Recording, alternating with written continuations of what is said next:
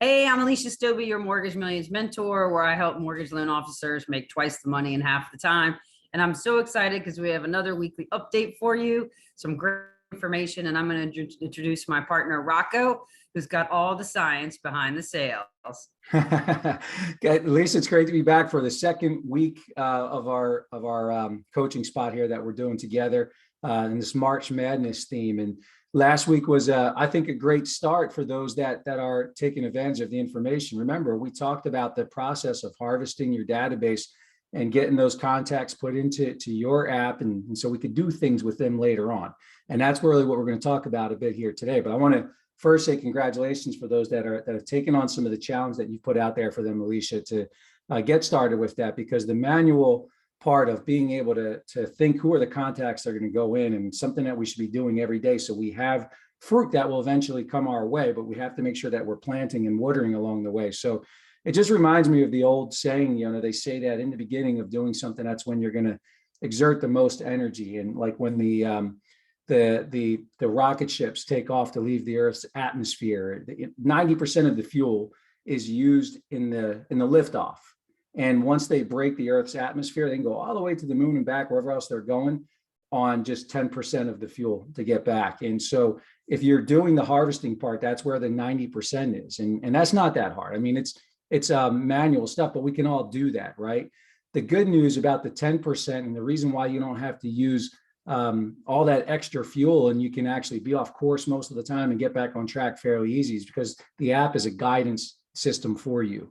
And we've certainly streamlined some of those things for you. So what we're really going to talk about today from a coaching and training perspective is around a little bit more sales psychology, jujitsu type stuff. And I'm going to start out by reading a little story here before I really get into the heart of what we're going to talk about, Elysia.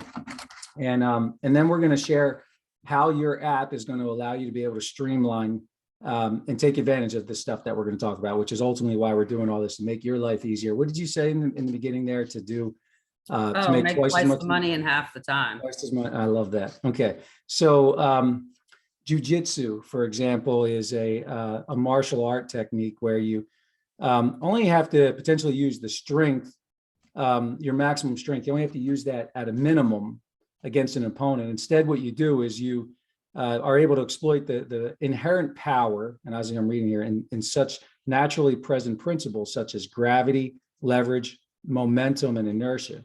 And if you know how and how to engage in these principles, you can easily defeat a physically stronger rival, right? And so some of those, I mean, we're not using gravity here. We're not using much else besides, but the leverage, momentum, and inertia, those are things that are going to allow you to use that 10%. So I'm going to talk about something really important here. But here's the little story I'm going to read, Elysia. So check this out and tell me how this would land on you. I want you to pretend, if you're not a parent, I want you all to pretend you're a parent for a moment. And this is a letter written from a young girl in college, and she writes a letter to her parents. And she says, "Dear Mother and Dad, since I left for college, I have been remiss in writing, and I'm sorry for my thoughtlessness and not having written before. I'll bring you up to date now, but before you read on, please sit down. You are not to read any further unless you are sitting down, okay? Well, then I'm getting along pretty well now. The skull fracture and the concussion I got when I jumped out of the window of my dormitory, when it caught on fire shortly after my arrival here, is pretty well healed now. I only spent 2 weeks in the hospital, and now I can see almost normally and only get those sick headaches once a day. Fortunately, the fire in the dormitory and my jump was witnessed by a worker at the gas station near the dorm, and he was the one who called the fire department and the ambulance. He also visited me in the hospital, and since I had nowhere to live because the burnout dormitory, he was kind enough to invite me to share his apartment with him. It's really a basement room, but it's kind of cute. He's a very fine boy, and we have fallen deeply in love and are planning to get married. We haven't gotten the exact date yet, but it will be before my pregnancy begins to show. Yes, Mother and Dad, I am pregnant. I know how much you are looking forward to being grandparents, and I know you will welcome the baby and give it the same love and devotion and tender care you gave me when I was a child. And the reason for the delay in our marriage is that my boyfriend has a minor infection, which prevents us from passing our premarital blood test. and I carelessly caught it from him. So now that I have brought you up to date, I want to tell you that there was no dormitory fire. I did not have a concussion or a skull fracture. I wasn't in the hospital. I'm not pregnant. I'm not engaged. I'm not infected, and there is no boyfriend. However, I am getting a D in American history and an F in chemistry, and I want you to see those marks in their proper perspective. You're loving it.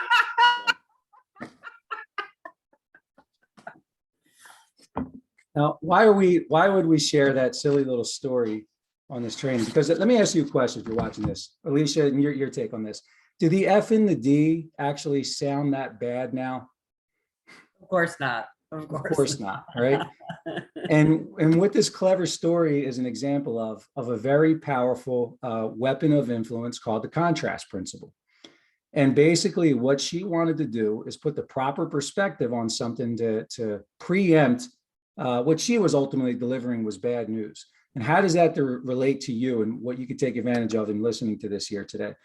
Because no matter what happens, the way the contrast principle works, it's designed to be able to show a comparison against something else. And I know all of you know what it takes to be great. You're getting coached by one of the best, if not the best in the business, in the mortgage business with Elysia. And you could be saying to yourself, I know I'm going to do a great job for any realtor that refers me business, any of my clients, they're going to be taken care of top notch. But the truth is that anybody that's doing business with you is always weighing your abilities on a scale. And if you were to take an object that might weigh 10 pounds and you didn't know the weight, but you were holding it in your hand. But if before that you were holding a lighter weight first, when you held that 10-pound weight, you would guess that it would be heavier than it would be if you only held the weight first before the lighter weight, right? So what we want to be able to tell you to do is to be able to constantly point out where everybody else is not as good of you. And it's not hard to do that because we've already set you up to do that in the app with a lot of the content that you can share with your prospects. Look, even if your referral business and your relationships are already working, you're getting deals, you're still on a scale. Maybe you're only weighted at about 60%. But the reality is that if you are able to keep influencing through contrast and pointing out the areas where other people don't do a good job, when it comes time for them to take action and keep sending you business, the scale gets weighted heavier and heavier in your favor, all the way out to 100%. So that's the quick lesson this morning, Elysia. And then we're going to drill down and give them some ways to streamline this and give them some jujitsu here in the app. But I just want to get your comments and thoughts on it, and we'll take it from there. Yeah, so I have a huge grin on my face because you and I haven't talked about this. I've kind of commented on your son's martial arts, right? When you take him to his classes in the evening. So yeah. I actually practiced judo and was very successful as a kid, state champion. I mean, whole 9 yards. And one of the things I love, obviously judo and jiu-jitsu are not exactly the same, but one of the things I love, the same principles apply. With judo, it's a defensive sport versus offensive sport. And you use the other person's leverage. You use the other person's weight as leverage against them. And I mean, that's how I used to beat all the boys that were bigger than me because I used their own weight against them. And it was funny because, yeah, even as a kid, like at a match, when they always rooted for the girl, right, against all these guys. And I would just just throw them over, and it was all their own weight, and people would go nuts. So anyway, one of those principles that I love is leverage. And that's the great thing about this app is we have given you the easy button and the leverage. And it works so well. And two other quick things I'll comment on. It's been a very interesting week. So when you talk about having that contrast, right, just by using these simple steps in the app, I have a new realtor this week, brand new. So I had a new realtor, had a new client. The client got rid of that realtor. Client stayed with me, got a new realtor. So now I have two new realtors. And the new realtor literally sent me an email yesterday and said, I don't get any of these kinds of updates from any of my other lenders. And I was like, great. thanks for letting me know. Are you free this time or this, right? Just like the messaging for coffee. So again, this was yesterday, literally. So you can start these tools today and you can see immediate results. And the other thing I was going to add is another interesting story. So when you give people the easy button, they take advantage of it. I was just talking with yesterday, and they wanted to give one of their realtors a Google review, and they asked them, what would you like me to say? And like did a big long text, didn't use what was in the app, right? And the realtor came back with like, you knew they had brain overload, right? They were just like, I don't know, whatever you want's fine. So, I mean, it's nice because they're doing something nice, but they're not getting the result they wanted when we have all these texts and sequences in the app already done. So you can just get that easy button right away. And it really is the ultimate leverage point. And again, it's everything that we know that we do good well. We want to shine a light on it, but we also want to point out where the other people don't do well. So, we take that piece of information that Elysia just talked about there and say, well, here's what we know the other people don't do. They don't update me like this. Well, guess what? We're going to. So what I'm going to do is I'm going to pop open the app right now. I'm going to show you a little bit more about the easy button here. And what we're going to talk today is about how to leverage some of the automation, right? And I'm going to call that the 10% that's left of that rocket fuel there, where you don't have to exert much energy. A lot of the other stuff in here is set up manually. And what Elysia was talking about was low hanging fruit, stuff that is there for the taking right away, just because the timing was right and she did the right thing at the right time. And so that is some stuff that we can that's working right in our business every single day. Some of this longer term stuff and getting it set up properly is about working on your business, so you can have more in your business activities later on, right?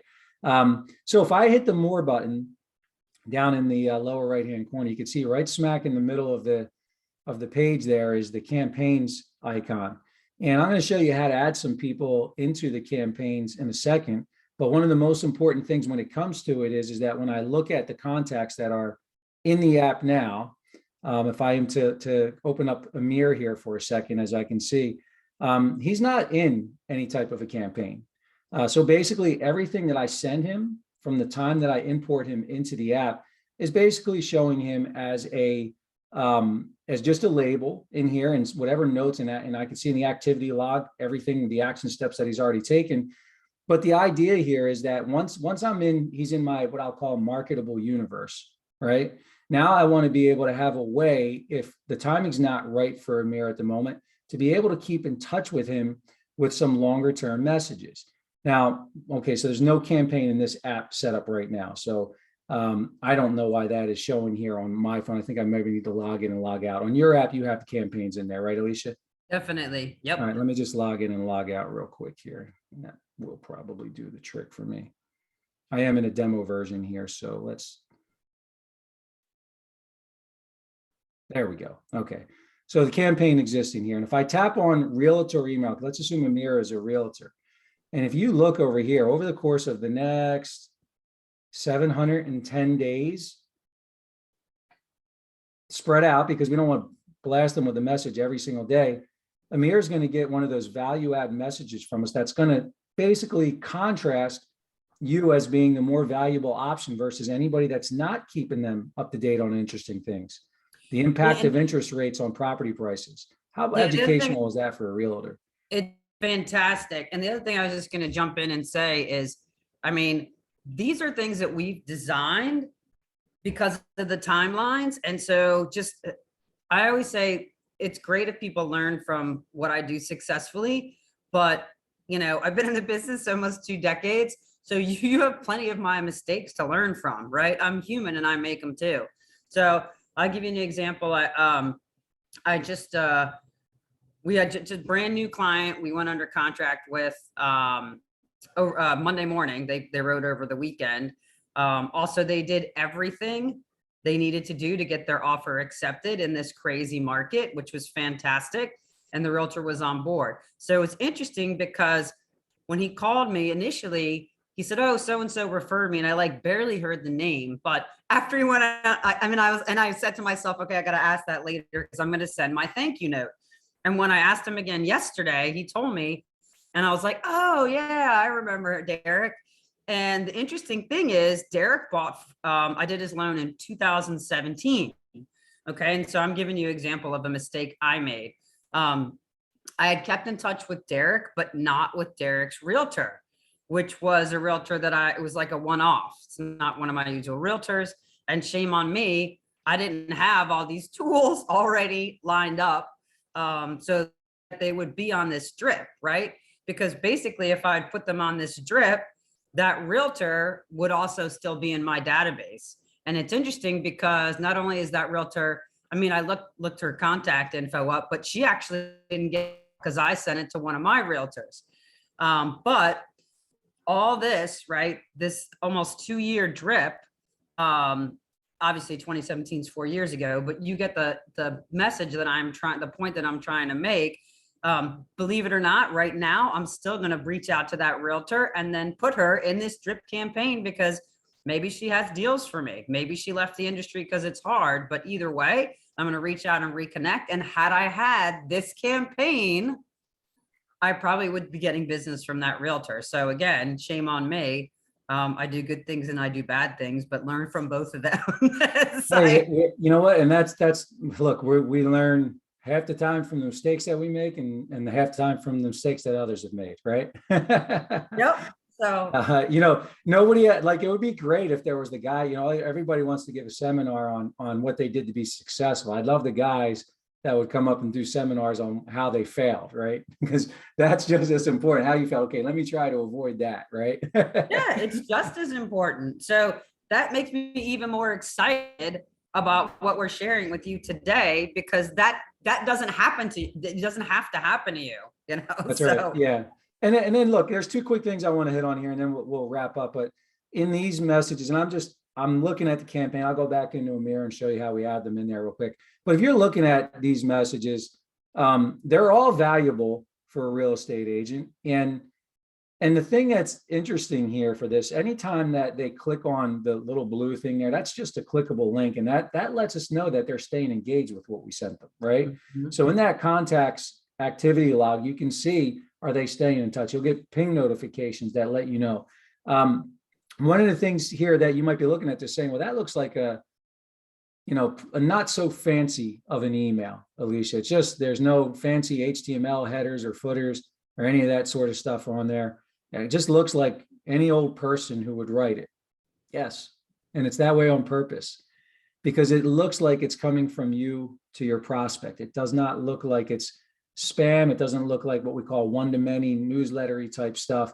And that's the type of stuff that people actually do engage with in the long term. And we've been at this for a long time. So again, we're cutting away the things that don't matter and getting you what you do need, not just the things that might look good to you, but they're not impressionable to your actual prospect. So again, I'll look at Amir at the top of my list here. So again, he's not in a campaign now, but if I wanted to, he is actually assigned. It says change him into another one. So I can move people in and out of a campaign or put them in none just by hitting that button. Now, here's the good news. Over time, we are going to be adding in existing client campaigns, additional things where you can slide people in and out of these campaigns based on where your level of communication with them at any given time here. So it's just simple, easy to use stuff. And you're going out doing the hard work of getting contacts, that you're making all these relationships and that sort of thing. And like Elysia keeps saying, hit the darn easy button.